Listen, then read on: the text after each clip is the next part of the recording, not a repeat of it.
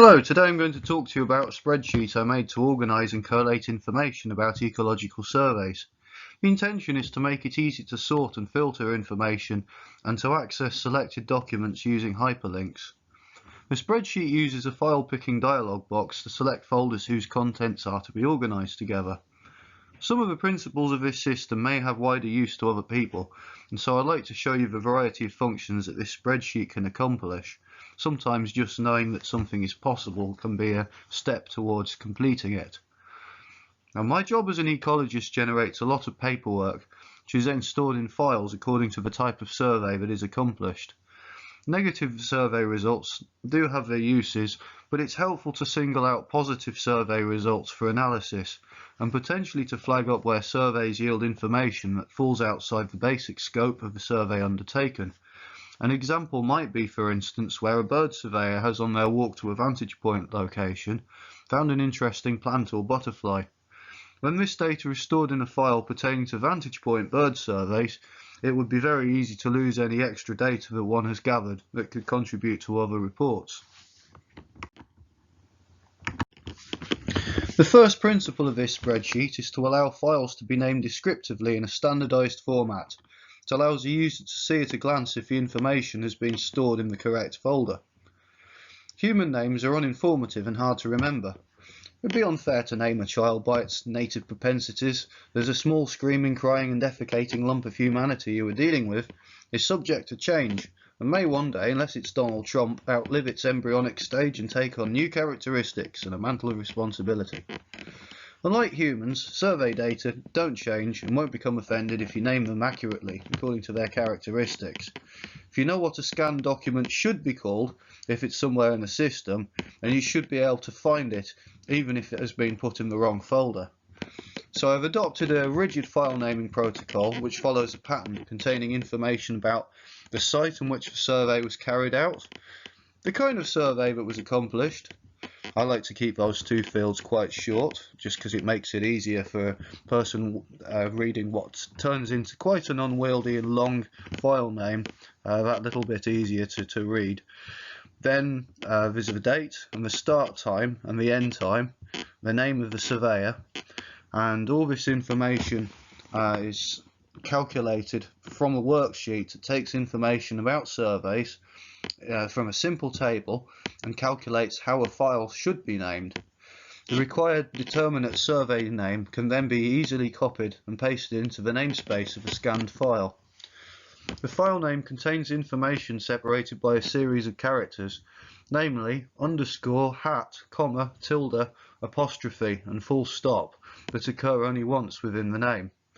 Whilst working on this project, after much frustration, I learned that a hash symbol is no use as a delimiter because the hyperlinks to files containing hash symbols cannot be opened. Delimiting of information by unique characters allows the spreadsheet to extract strings of information of potentially flexible lengths into fields within a table that can be used to sort and filter files and to add data to a pivot table. Some survey regimes require a specified duration of survey effort over a unit of time, and a pivot table can calculate how these obligations are met.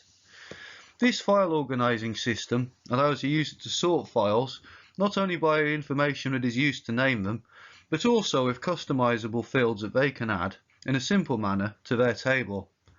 That then is the intention of this spreadsheet, to allow a user to catalogue the files that are available for their report, to create their own custom fields for describing the files, to sort or filter their files using familiar methods, and then to access them directly from the spreadsheet by following hyperlinks.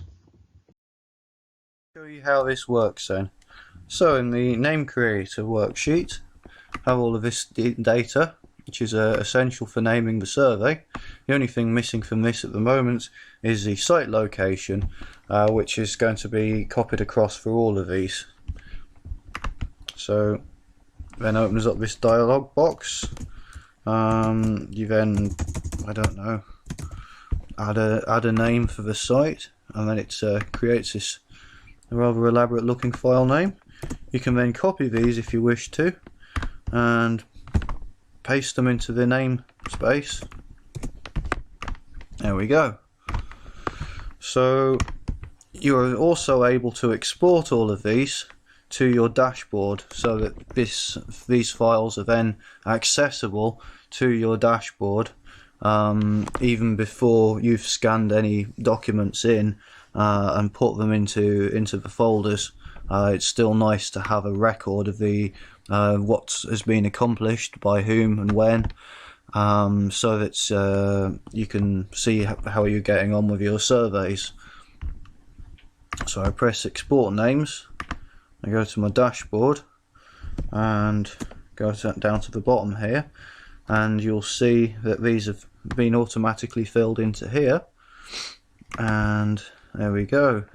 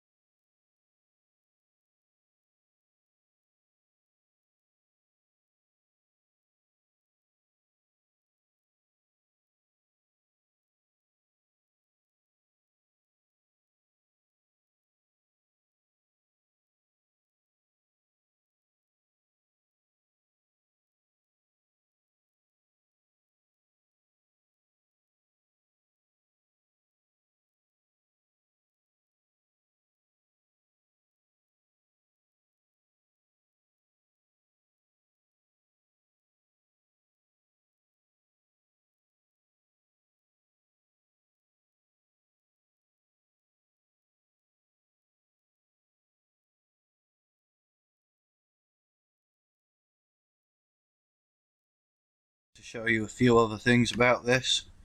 Now, a number of these are calculated fields, so anything up to about Q, I think they're all calculated, contain some, at least some calculated fields. But you've got others that you can just keep adding them from R onwards, however you please. So, for instance, I've added these butterfly records, or there's a target flight. One useful thing when you're working with a huge table, it's potentially worrying if you come to sort it that you don't select all the information. If you don't select all the information when you sort it, there's a possibility that you will break the relations between the data and the different columns, which could be a bit of a disaster. So best not to do that. So you press this select all, and it selects it all for you, and you'd then go to sort. It has data headers in. And pick whatever you want to sort it by. So maybe you want to sort it all by date, for instance, oldest to newest. And there you go. So they're all sorted by date. So I hope that my spreadsheet has demonstrated to you the worth of naming files using an automated and unambiguous file naming protocol, and that there's an advantage to being able to collate hyperlinked information from a variety of sources into a single location, and to then be able to sort it as you wish and to filter it as you wish. I hope that it's shown the possibility of using a general purpose spreadsheet. It can be copied into new locations and renamed and customized to suit a user's purposes is a helpful thing as well. I think it's a good thing to have particular versions of such a spreadsheet rather than use it for all of your file sorting purposes, simply because you'll end up with more and more fields, and there'll be more of a calamity involved if you should happen to have a mishap by sorting only half of a table, for instance. Generally, it's much safer to filter than it is to sort your data. Feel free to share this with other people. I don't take any responsibility for any breaking of data people have experienced from using this spreadsheet. But I would be interested to hear some feedback if people have particular ideas about how such a thing might be improved. Whether or not I respond to that feedback will depend partly, of course, on whether the individuals concerned are actually within my company and that I feel like I have some sort of an obligation to help them. It's always nice to be nice, but this stuff is quite complicated for me to do, and it takes quite a lot of time. Hope you have fun with it. Yeah, let me know how you get on, and thank you very much for your time.